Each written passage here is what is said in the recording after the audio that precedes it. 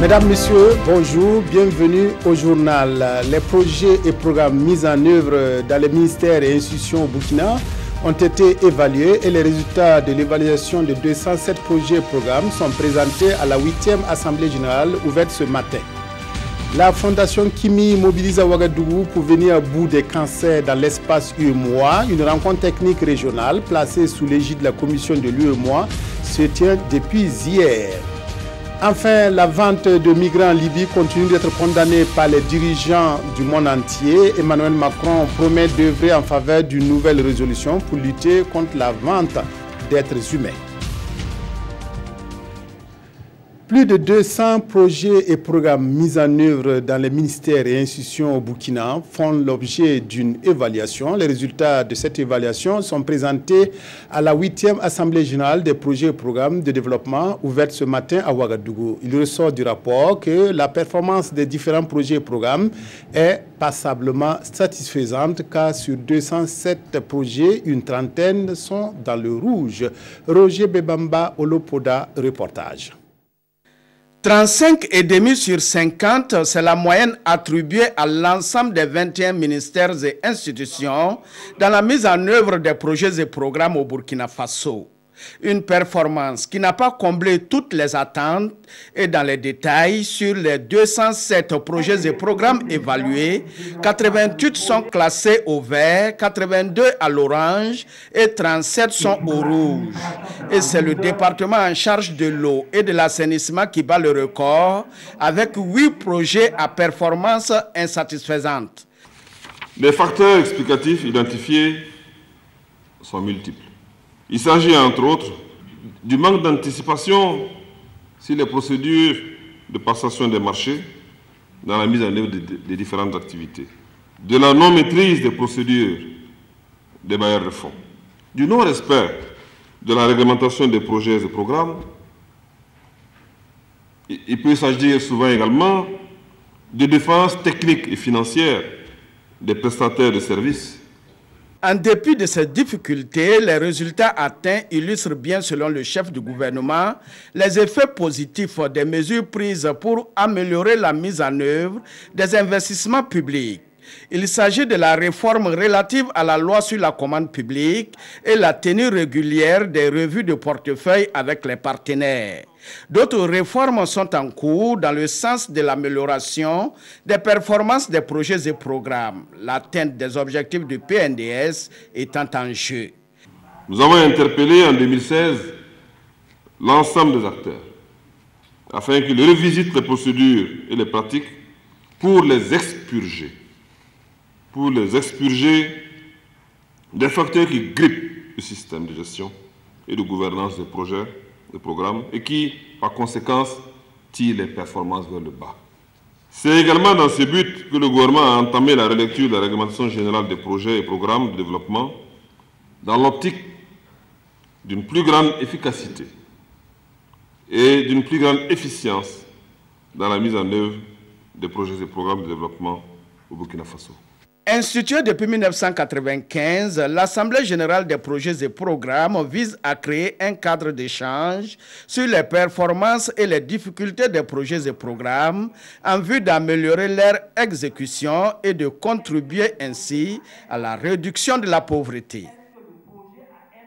Les secrétaires généraux des ministères ont momentanément abandonné les nombreux dossiers de leur département pour une formation sur la protection sociale pour la réduction de la pauvreté au Burkina. Cette session devrait leur permettre d'être outillés pour servir de maillon dans la chaîne de décision et d'intervention en faveur des personnes vulnérables. Urbain Sommet, Zoubaviel, David Dabiri.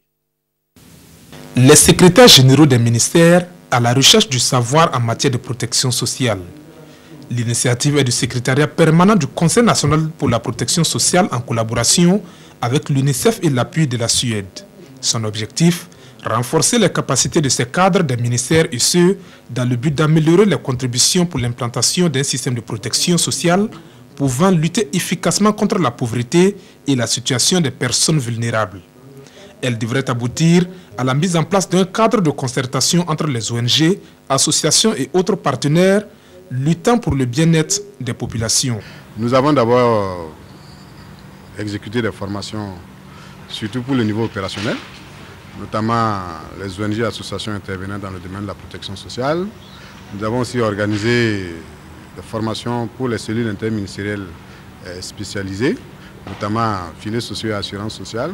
Et nous avons aussi organisé des sessions de formation pour les cellules régionales pour la protection sociale. Donc après le niveau opérationnel, maintenant nous passons au niveau stratégique. Donc nous sommes avec les secrétaires généraux des ministères impliqués dans la mise en œuvre de la politique nationale de protection sociale afin de les outiller, afin que on puisse facilement mettre en œuvre la politique nationale de protection sociale au niveau national.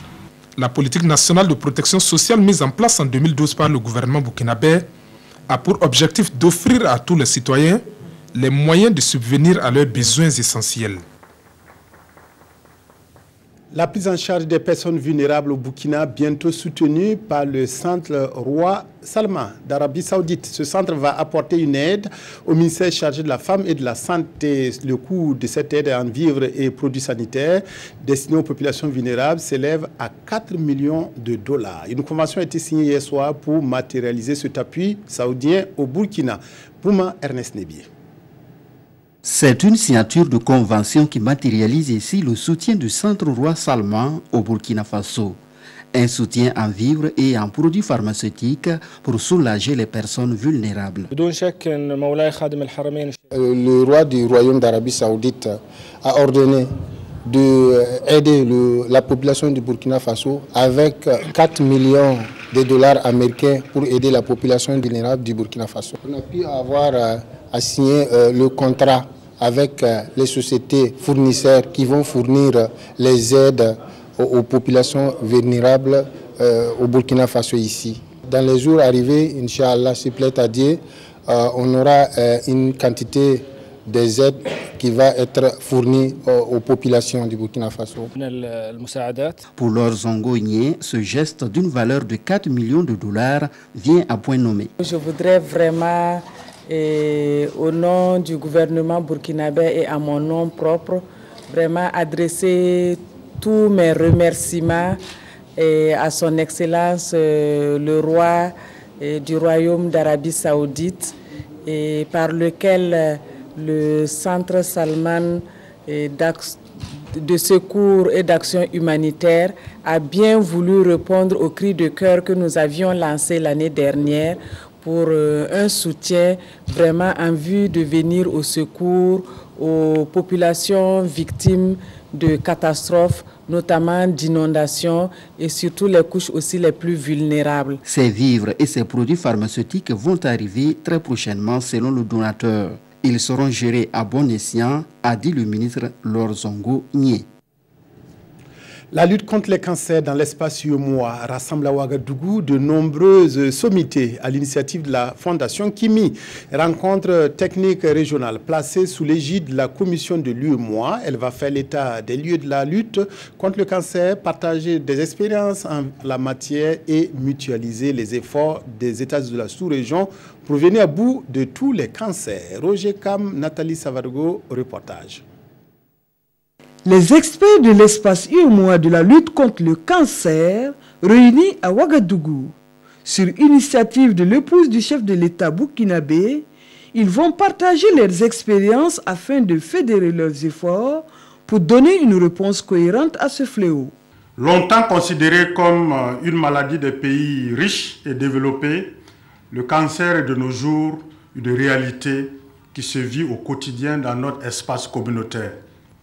En effet, selon l'Organisation mondiale de la santé, en 2012, plus de 32 millions de personnes vivaient avec le cancer dans le monde et 14,1 millions de nouveaux cas étaient enregistrés chaque année. Pour le continent africain, dans la même période, près d'1 million de personnes étaient atteintes de cancer et les études prévoient 1,5 million de nouveaux cas de cancer d'ici à 2030. C'est fort de ce constat que Sika Kaboré, épouse du chef de l'État, place cette rencontre sous l'égide de l'UEMOA, l'Union économique et monétaire ouest-africaine. Une tribune pour interpeller les autorités des États de l'Union à agir ensemble pour le bien-être des populations.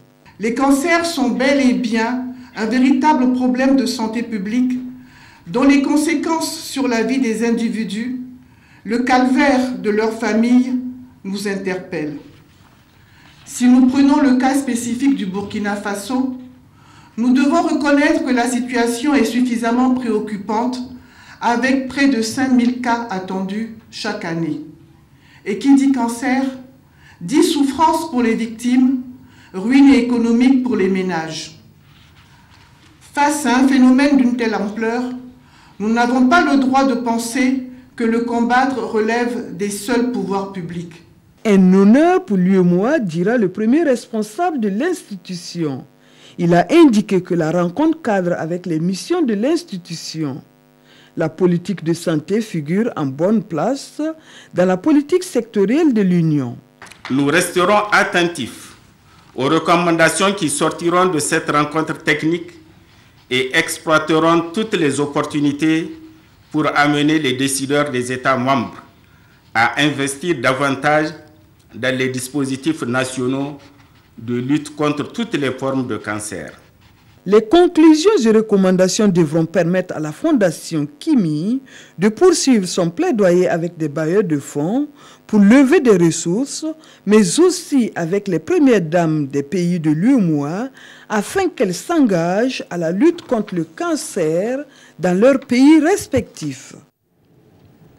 Les questions de santé traitées par le réseau des communicateurs de la CEDEAO qui se réunit à Ouagadougou. Ce réseau est à la recherche d'un second souffle pour apporter sa contribution à la lutte contre les maladies dans l'espace CEDEAO. Ce sera aussi une occasion pour les participants de s'informer sur les activités politiques de l'Organisation ouest-africaine de la santé, OAS. Kosoun Koulibaly, Bouma Ernest Nebié. Les membres du réseau des communicateurs de la communauté économique des États de l'Afrique de l'Ouest sur les questions de santé se rencontrent pour une troisième fois. Au menu de cet atelier de 48 heures, un partage d'informations sur la vie et les activités de l'Organisation ouest-africaine de la santé OAS et l'examen minutieux des difficultés qui rencontre le réseau. Il serait également question au cours de cette rencontre de réfléchir sur la mise en œuvre des recommandations de la dernière réunion du réseau. Entre autres recommandations, il y avait l'élaboration d'un plan d'action pour le réseau. Il y a eu aussi la mise en place de réseaux de communication au niveau de chaque pays. C'est les deux grandes recommandations majeures au niveau des pays. Mais pour l'OAS, c'est surtout une recommandation en termes d'accompagnement. Créé il y a à peine une année, les actions du réseau des communicateurs de la CEDEAO sur les questions de santé sont déjà appréciables dans son espace d'intervention. Votre travail dans le relais et la diffusion des informations en général et singulièrement dans le domaine de la santé joue un rôle très important dans la communication pour le développement social basé sur des valeurs positives. La récurrence des épidémies, l'ampleur des maladies non transmissibles dans notre espace communautaire commande que vous soyez au premier rang avec le concours des techniciens et professionnels de santé pour inverser les tendances négatives et assurer la promotion d'une bonne santé dans nos pays. Le réseau des communicateurs de la CEDEAO sur les questions de santé a été créé en 2016 à l'initiative de l'OAS. Son objectif, rassembler les communicateurs de l'espace CEDEAO afin de mettre en exergue les actions en matière de santé dans les pays de la CEDEAO et aider l'OAS à mieux mener ses activités sur le terrain. Une rencontre permet de partager les nouvelles mesures pour le renforcement du programme Femmes, Paix et Sécurité des Nations Unies. Le Burkina se conforme à cette nouvelle vision et relie son plan d'action en vue de prendre en compte les résolutions adoptées en 2015 par l'Organisation mondiale. C'est au cours d'un atelier organisé par le ministère de la Femme. Amado Ilboudo Kadisanogo. À cet atelier, acteurs de la promotion des droits de la femme et parties civiles plaident pour l'actualisation du plan d'action national du Burkina pour la mise en œuvre des résolutions 1325 et 1820 du Conseil de sécurité des Nations Unies. Adoptées en 2012, ces résolutions ont pour principe clé la protection de la femme et de la jeune fille en cas de guerre et de paix.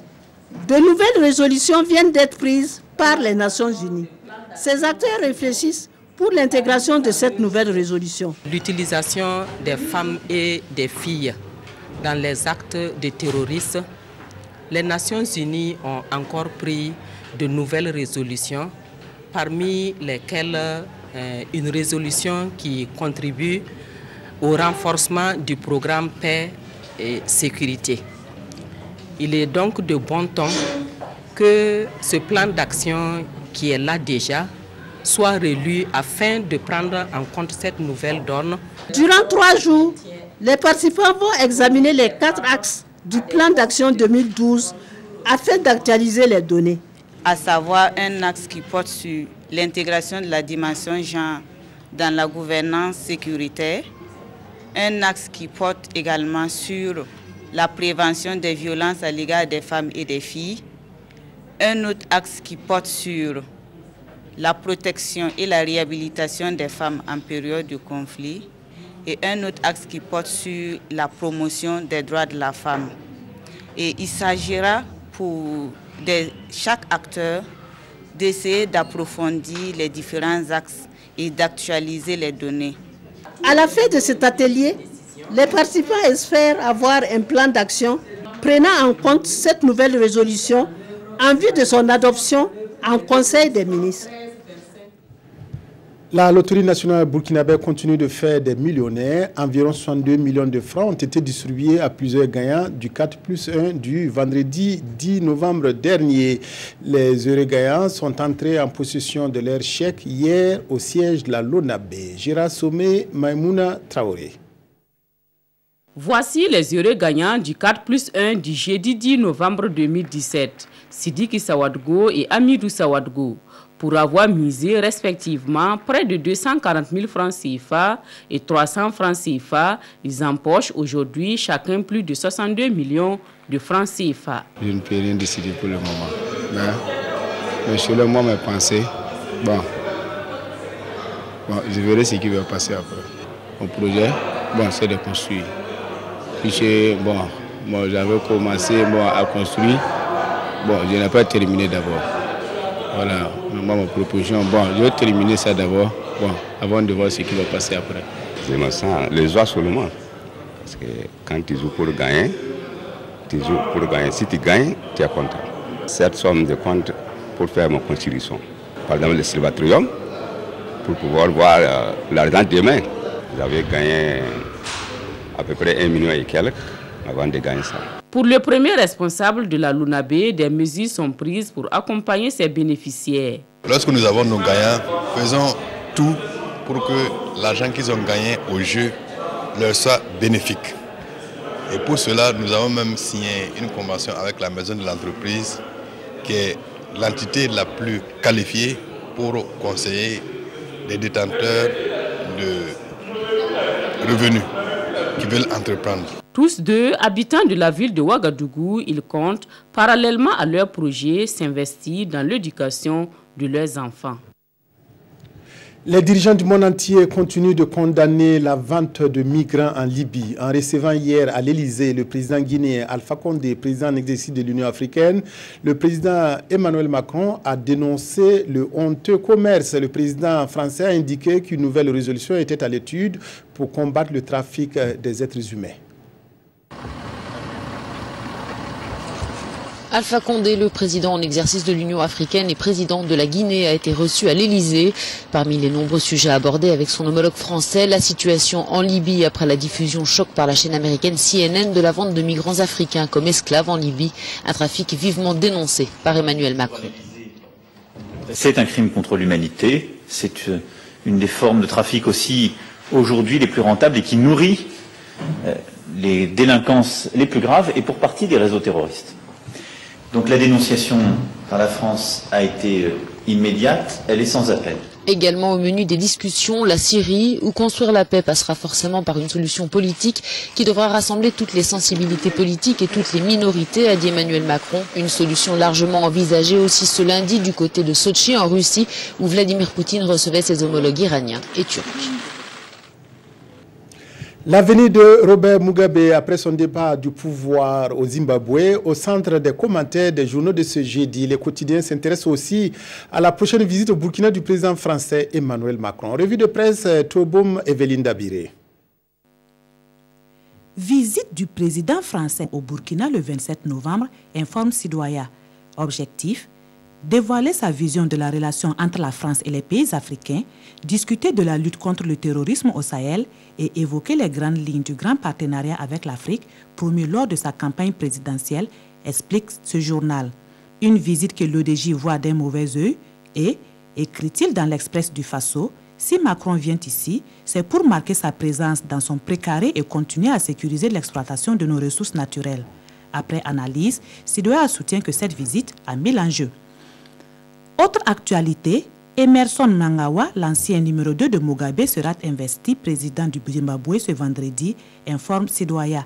Mais les parutions de ce jour s'inquiètent pour l'avenir du Zimbabwe, car l'alternance intervenue à la tête de l'État ressemble plus à une révolution de palais destinée à servir les intérêts des dignitaires du même régime qui, entrés en disgrâce, ont encore par tous les moyens la main dans le plat, écrit Le Pays.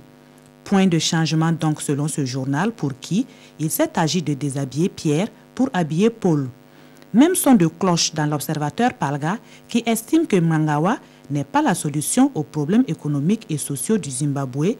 Et pour ce journal, n'eût été son éviction, il aurait incontestablement aidé Papy Bob à fêter son 100e anniversaire au pouvoir comme il l'avait promis.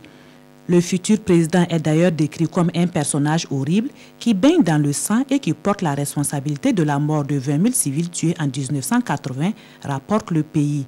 On voit donc mal Mnangagwa changer subitement pour se muer en démocrate, affirme aujourd'hui au Faso. Alors, pour quelles raisons, s'interroge l'observateur Palga, le Zimbabwe devrait-il faire confiance à celui qui a servi fidèlement avec beaucoup de zèle Mugabe? Il faut donc noyer le crocodile au plus vite, conclut ce journal. Mais le temps dira si le Zimbabwe hérite d'un autre Dark Vador ou d'un Jedi justicier, en référence aux héros et aux méchants de la série La Guerre des Étoiles, écrit aujourd'hui au Faso. Merci de votre aimable attention à la RTV. Excellent après-midi à toutes et à tous. Ce n'était pas une fiction, nous.